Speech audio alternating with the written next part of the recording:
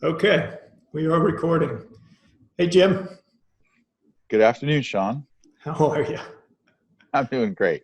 Okay, now for the folks out there, the reason why Jim and I are already laughing is because we've just had a 15 or 20-minute prep conversation about this topic, and we're not sure if there's any way that we can get it all discussed in a half an hour, but we're going to give it a shot.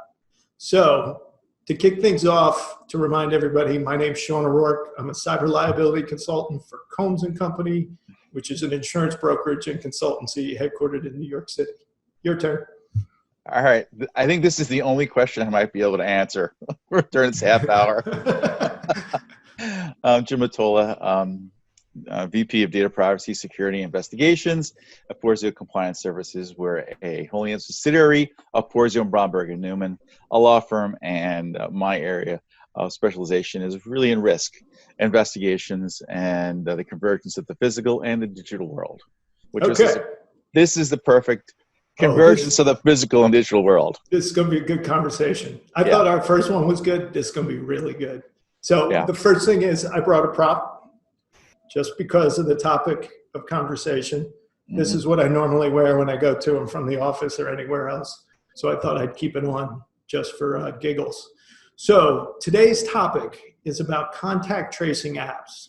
And these are the apps that people are touting to help slow or mitigate the spread of the COVID-19 virus. These apps are new. These apps are relatively untested, though contact tracing is not. Contact tracing is a centuries-old process, been around for a long time to help stop the spread of infectious diseases. So that is our topic for today, and Jim gets the first question, or at least gets to ask the first question.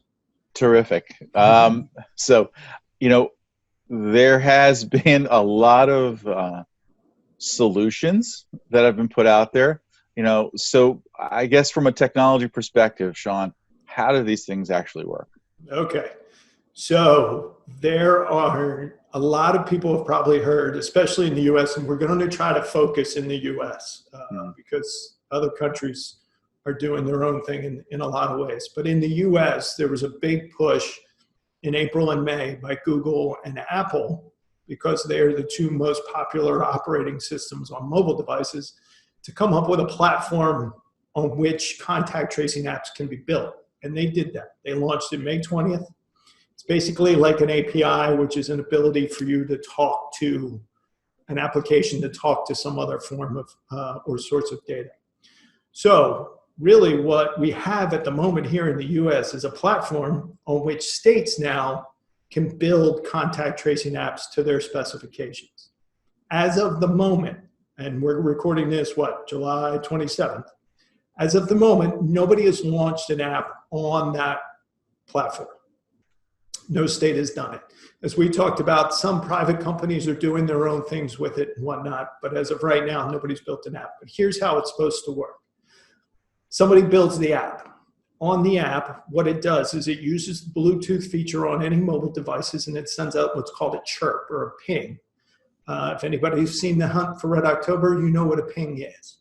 And anyway, that ping goes out, and what it's looking for is a similar ping back from the same application from another user. And when it gets that, it records it. Now, the proximity of Bluetooth can extend beyond 6 feet, so it doesn't necessarily mean those people were in 6 feet, but in theory, it's only supposed to really happen if you're at a place for maybe 5 to 10 minutes. And so that ping will record that Sean was in the office with Jim, and we were in a conference room together, which we are not, for 15 minutes. And we both have the app. So the pings would exchange each other. In theory, on a daily basis, that data should be anonymously uploaded to the state department or service that is running the contact tracing. And that information should be kept so that if I come back and I report through the app, I have tested positive for COVID-19, the state can then go and look at all my records and in a very orderly fashion, find, again, anonymized data and send out an alert to each of those pings that I've accumulated over however long. possibly up to 14 days, possibly historically, that Jim has been in proximity to somebody who tested positive for COVID-19, which then would give you the ability to go get tested and to possibly notify other people that they were in proximity to you if you test positive. If you test negative, then it's no big deal. So that, in theory, is how it's supposed to all work. Okay. Practice, Yeah. Well, that's so. In that movie, Red October, it was a submarine chase for any of you who may have been born after that movie came out. Yes, exactly. A very young Alec Baldwin, but playing Jack Ryan, if I'm not mistaken. That is correct. That's correct. And a very old Sean Connery, but we digress. Yes, exactly. So the Russian captain. So there's right off the top of my head, it comes to the issue for me of consent, right? So so first of all, let's forget all the API and the GUI and the app and all that stuff's got to work, and someone's got to take responsibility and ownership for it. And it's going to have to be sitting somewhere, the data, whether it's on the app, whether it's on the cloud, whether it's not going to be on your phone, correct? Not permanently. It's not supposed to. Okay. Right. Maybe every 14 days it purges the data off your phone. So it's a tracking device that basically you can use historically to go back and do an investigation once you have a participant who has tested positive for COVID. And whether it's through a state system or they self-report to whatever through that app, right? Mm-hmm. So basically it's a point in time, and we're going to go back, to who have you been in contact with during a period of some sort of contagion. Correct. Right. So from there, right. So if I was in the room with you and you tested positive, those other things happen, I would get some sort of a notification, like you said. So then I've got to quarantine, isolate, go get a test, and then we kind of figure out where else that who else was in proximity to me. Correct. So here's my question. This is the one of the things I think really why we want to talk about this weeks ago was the consent part. So do users have to consent? Yes, it is an opt-in. Yep. So it's an opt-in. And they probably have to consent, or there's probably some vehicle in which they have to report as well. Self-report. Not required to report, but self-report if they get a positive test. So that's two people have to, two times one person has to, do something. Correct. Yep. So, all right. I guess my second question is again, who holds the data and who is responsible for it? Okay, so this harkens back to our first video conversation, the dynamic identification that we did about a month ago. Right. So as of right now, the state, whatever department, whatever agency, the state is designated to run this contact tracing program, in theory, owns or holds, I should say, and is responsible for the data.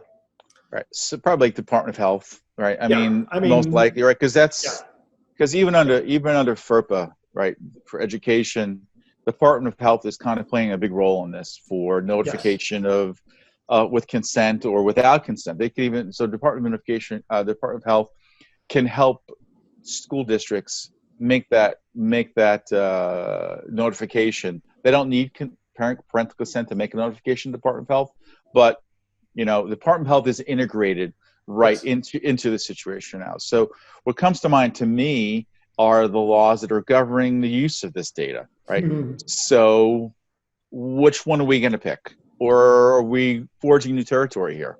Well, again, people weren't privy to our prep conversation, but you talked about a particular bill that is in the U.S. Senate about COVID-19 data. And there was a discussion, I think in beginning of June, end of May, maybe middle of June, somewhere in that vicinity, within the Senate, and it lasted all 15 minutes at that point, about the data collected through contact tracing apps. Now, here's my big unknown. If the Mhm. state is running the program, then is the state immune to any of the laws that they've implemented when it comes to data privacy and use? Can the state Wow. do what they will with it? Now, it all depends on what the terms and conditions say. I'll give you an example. North and South Dakota are using an app called Care 19 Diary. And this isn't the same as a contact tracing app. Basically, it's a memory app for the locations that you have been at a given point in time. So essentially, in theory, again, going back to the scenario I gave you before, you and I are in a conference room. The app will record we were in that vicinity or that conference room. Then I go home and you go to the park. Well, again, the app is going to record that I'm at home and you're in the park. The whole point of it is, though, is that as far as I can tell, and again, I didn't download the app, so I couldn't read the terms and conditions, is that you submit that information voluntarily to either one of the Dakotas, wherever you live. And it's not necessarily tracing who you've been in contact with, it's tracing where you've been. And all they want to do is be less invasive in that sense and not have to rely on an app to track everybody, but to remind you, hey, Sean, you were in the conference room and then you were at home. So if I test positive, I only have to worry about 2 places. Well, if I've been to a dozen places, the app is supposed to track that and I can go back and I can look. And then, but part of the problem is that great, I can go back and look, but if I don't know all the people that were there, what does it really matter? How's the state going to use that locale? Well, they're going to use it as you would do traditional manual contact tracing like we have now in New York and other states have, is that you're going to try to look in that area and maybe send out a health notice on the Department of Health website saying somebody who was in that vicinity on such and such a date tested positive for COVID-19. If you were in that vicinity, you may want to take precautions or whatnot. So again, it's still a bit of a disjointed mess, but it's something, I guess. But Yeah, it's supposed to be anonymized, just like the other data is supposed to be anonymized. But that's a pretty broad term, anonymous data. It doesn't really mean what everybody thinks it means. Yeah, I hate to poke holes in all this. No, you don't. We love that. But That's I really why we're don't. here. I just don't see how this is going to work. I look from a technology end. I could see maybe it's a public-private partnership again, like we talked about last time and we were talking about before. But I mean, the COVID-19 Consumer Data Protection Act that the Senate put forward. You know, it really, the thing about it, what struck me is that it has to really consider that this information is healthcare information, right? Yes. But the app providers, you know, and technology providers, they're not covered entities. So HIPAA doesn't really apply because they're not providing healthcare services, right? They're not at a point of care. So here we have healthcare information, that we have PHI, that's not regulated by HIPAA. So, you know, but there's going to be an instance where the apps are going to probably share information with the hospitals or with healthcare providers or back and forth. So we've got this convergence of HIPAA, non-HIPAA information that looks like HIPAA, walks like HIPAA, talks like HIPAA, and really is HIPAA information, right? Yeah. So even in this act, which far be it from me to think the U.S. government could never produce a data privacy piece of legislation. I mean, but it ain't going to happen. It ain't going to happen, right? We don't have a national, you know, data breach regulation. We have 50 of them, right? California CCPA data privacy. So with this, I really think that it talks the talk, consent, disclosure, retention, de-identification, opt-out, right? Minimization of collection. And it does point to the state attorney generals actually for enforcement and the FTC. So it's kind of like a cousin to HIPAA, yeah.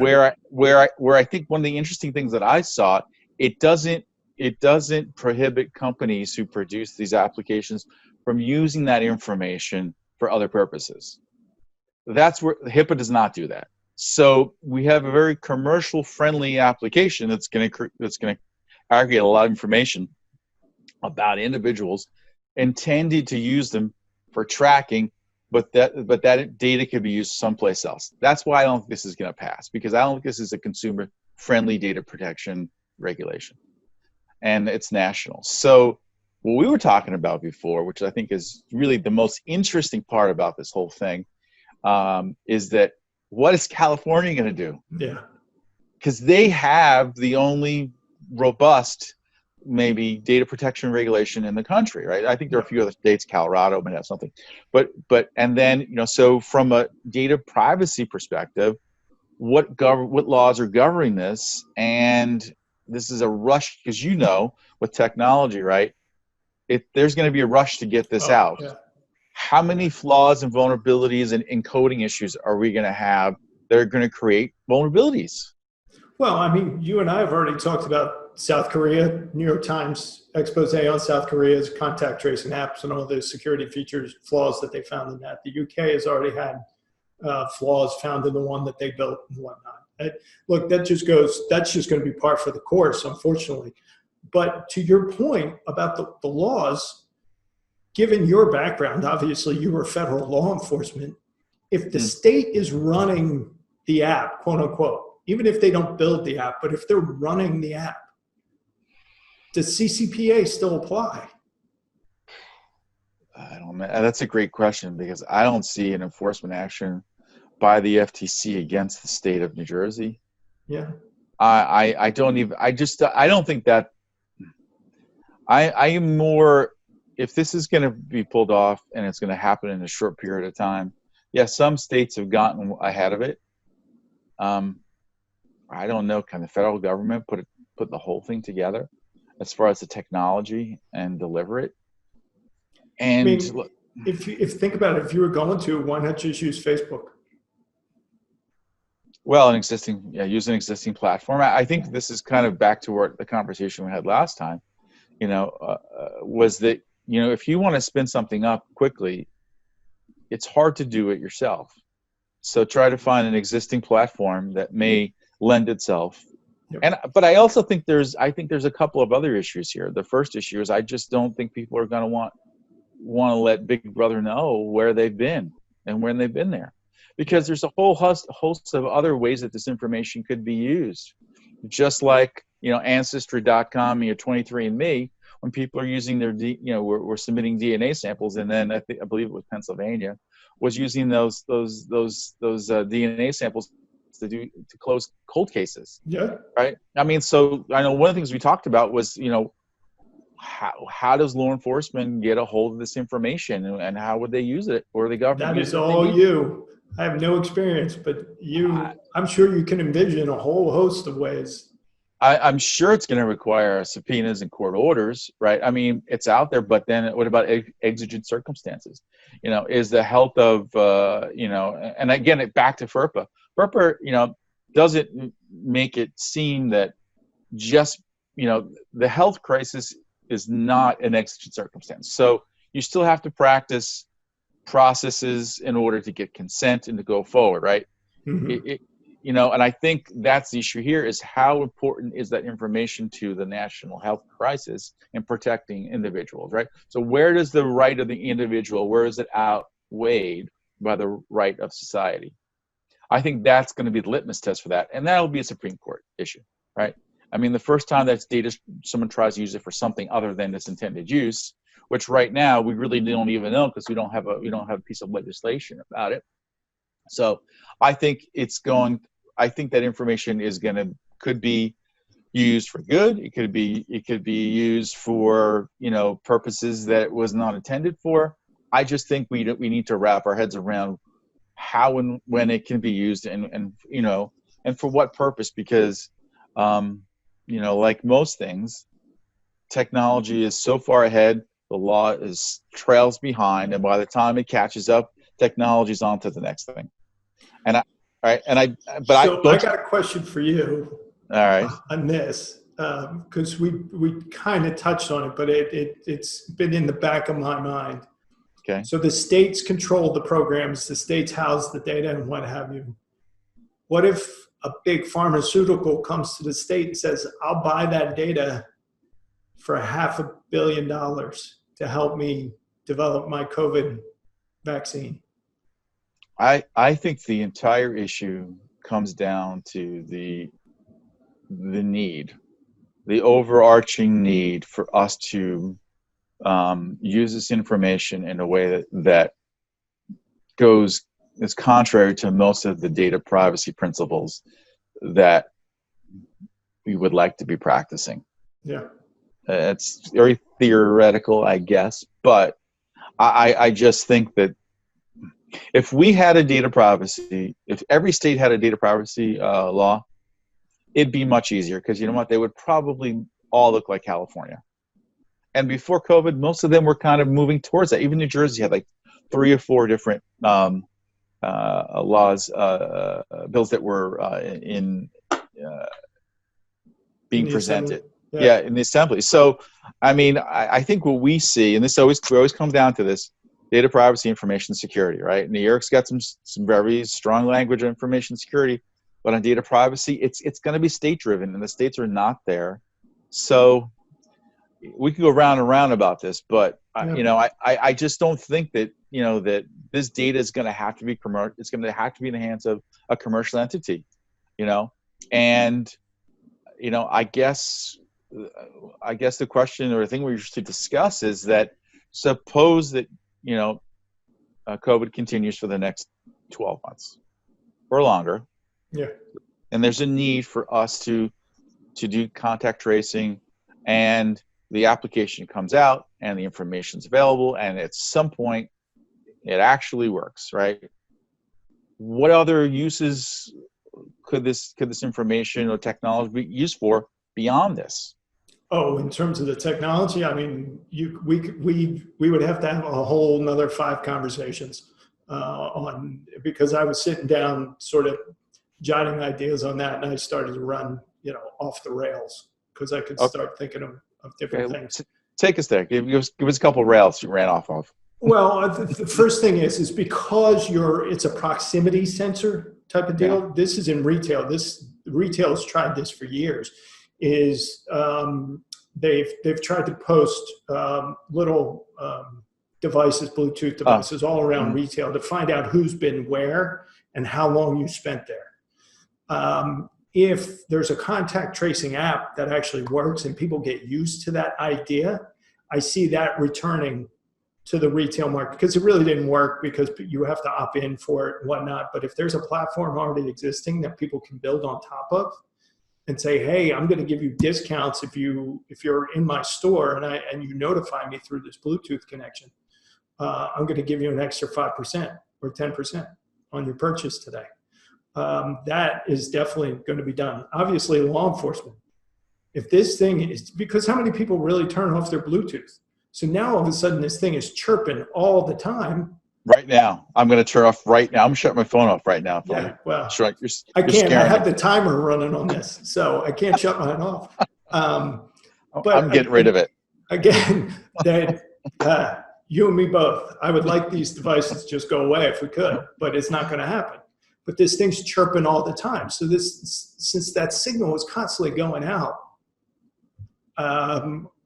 think about it. It's why I wear wired headsets still, because it's easy to hack a Bluetooth device, because there's real lack of security on Internet of Things devices and whatnot. So, I mean, we could go on and on. Well, you're right, though. I mean, because when you turn on your location settings for your Starbucks app,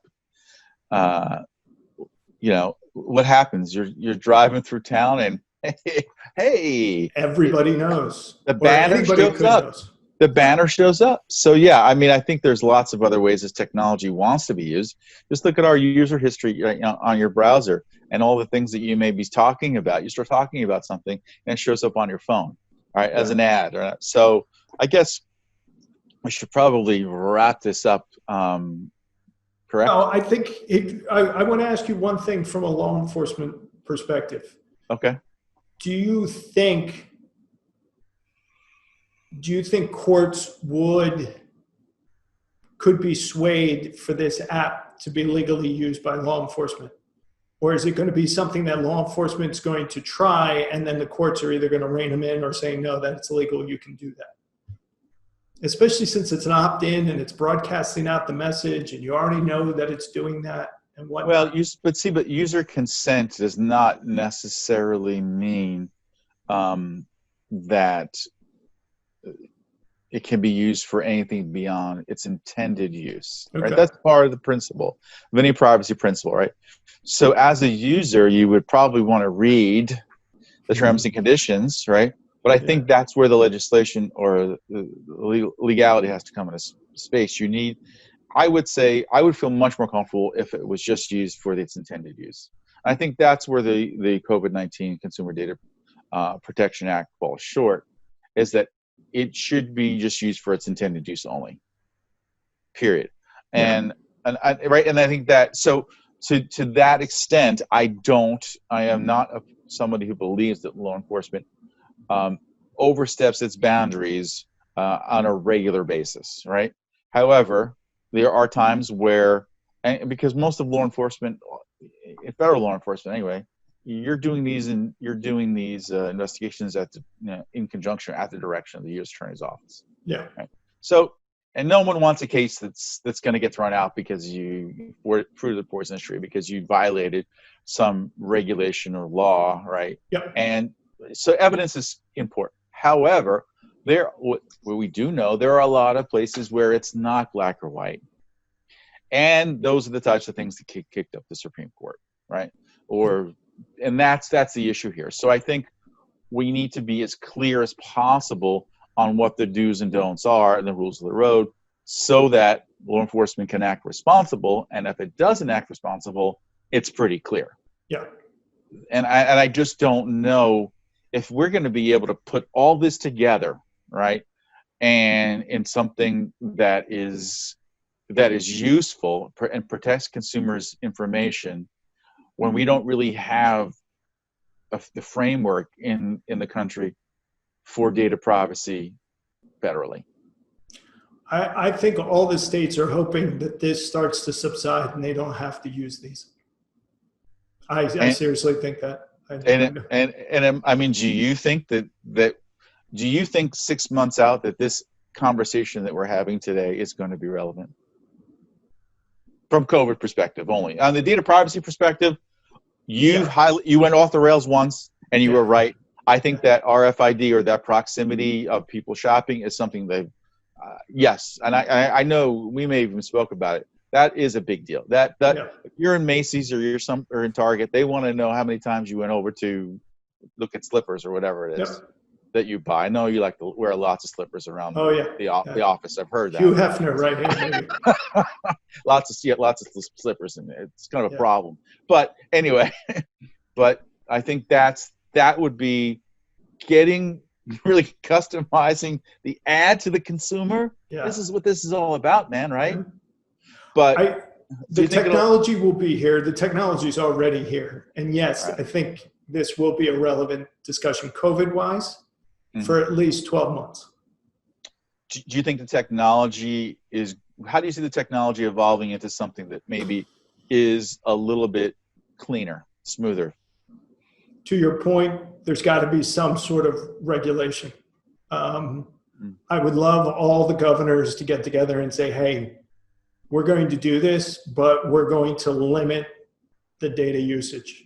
And we're going to, if you're going to get a private company to build this, then you put some sort of legal handcuffs on them, that they can't access the data, they can't process the data, they can't sell the data, they can't do anything with it. But that's not going to happen, especially if states can monetize this data. I mean, think about that. States are all in trouble financially. If you can monetize this data, can you resist that? I think the COVID conversation, I think, is with us for another 12 months on front page, above the fold kind of deal, for at least another 12 months.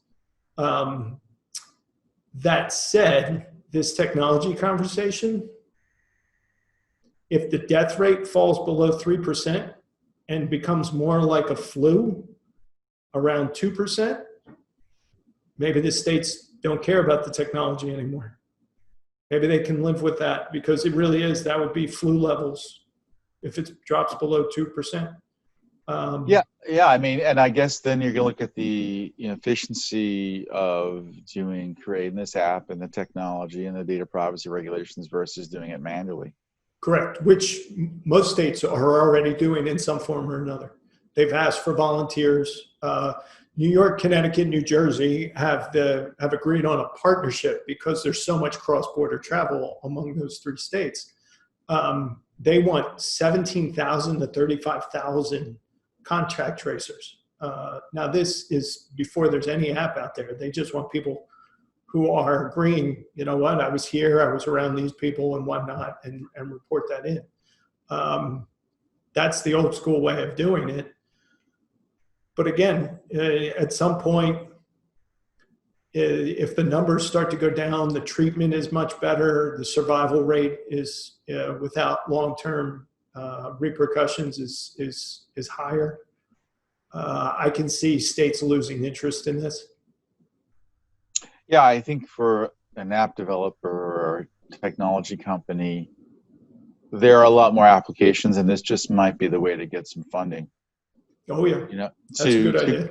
To create this app and the technology to use it for other things. I mean, look, we talk about other countries and and China, for instance, and all the surveillance that they have on their subjects, and privacy is not an issue.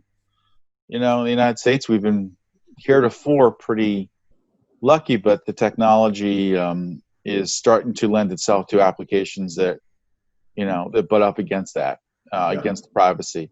And if you're in plain sight and you're walking around and someone sees you, well, there's really no expectation of privacy. Yes, but again, if they see you, but if their phone sees you and sees your phone and sort of captures the image, let's say through the phone, I would love, maybe next time we have a lawyer on to talk about that. That's a possible scenario. Yeah, so I'll ask the last question. Okay.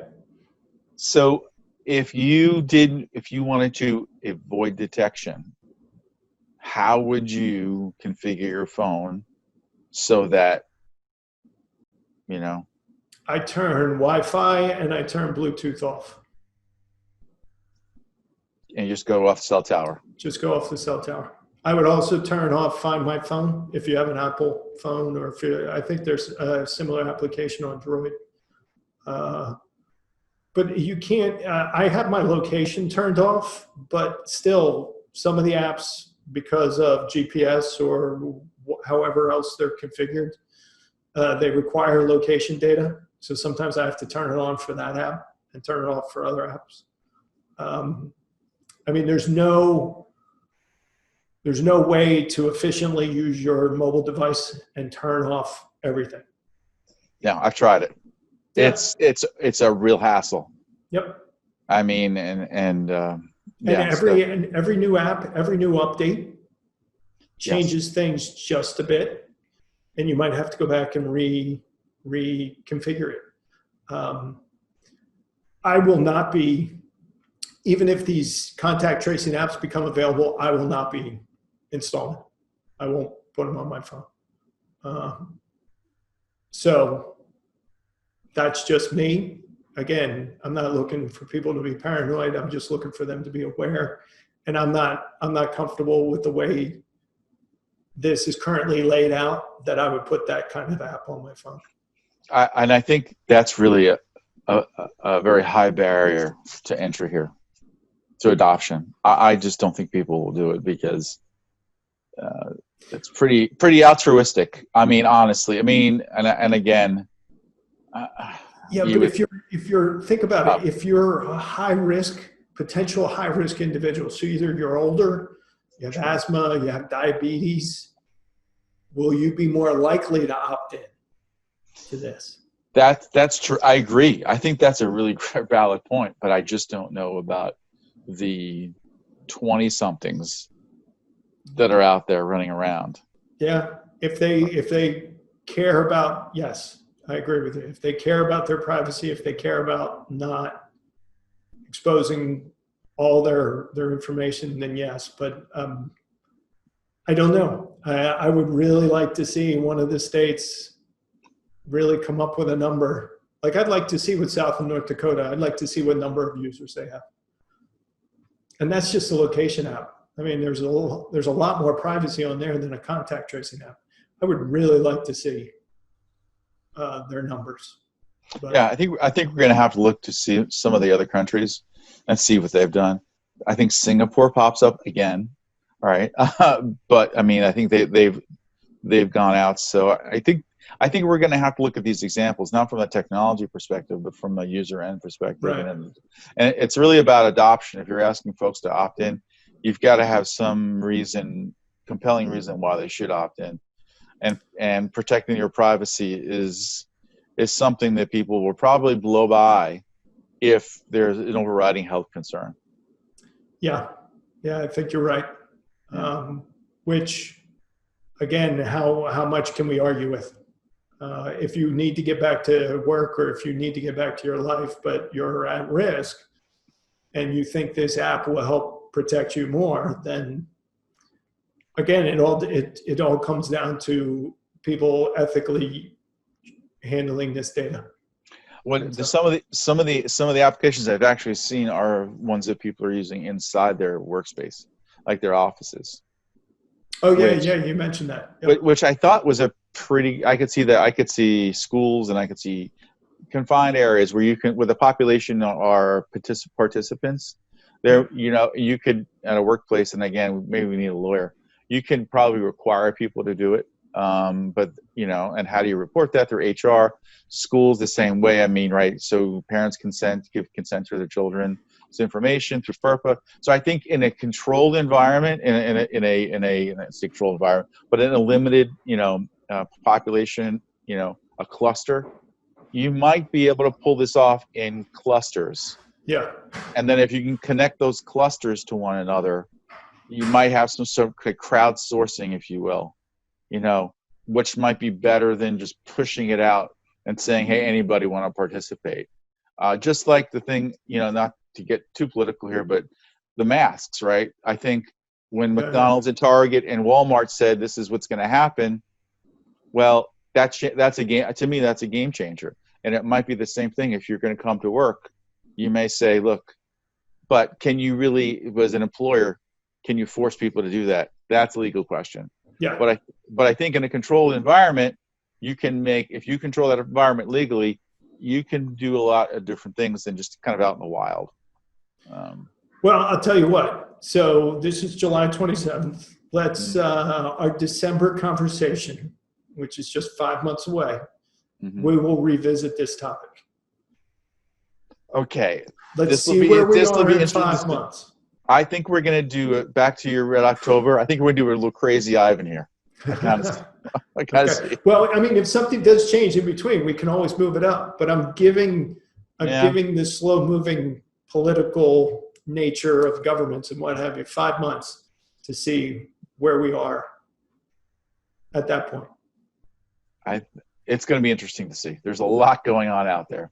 Yeah. And I think politically it's going to be difficult to pass a piece of legislation. Well, although I do applaud, I think it was Senator Lieberman from Connecticut, if I'm correct.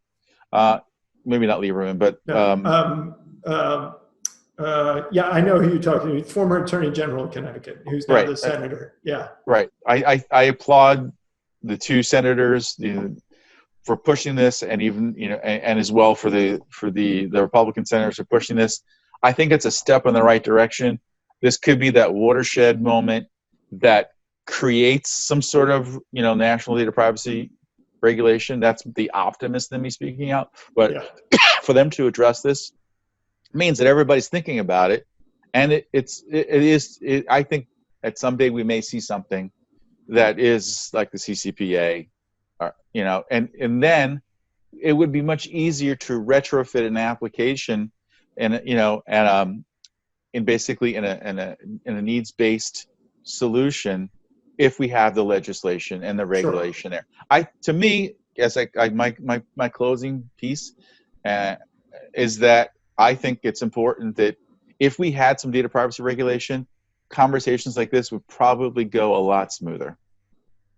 But they would not be as much fun. Well, of course not. So. Well, that was good. I know we went over that half an hour, but I think it was well worth it, because this is a hot topic, and I cannot wait to see what happens in the coming months. And so, Jim, thank you again. Always appreciated. We promise all our viewers that at some point we will have Area 51 as our primary topic of conversation. But until next time, Mr. Mottola, you take care of yourself. You stay happy and healthy, and I'll talk to you again. Always a pleasure. Thank you. Okay. See you. See you.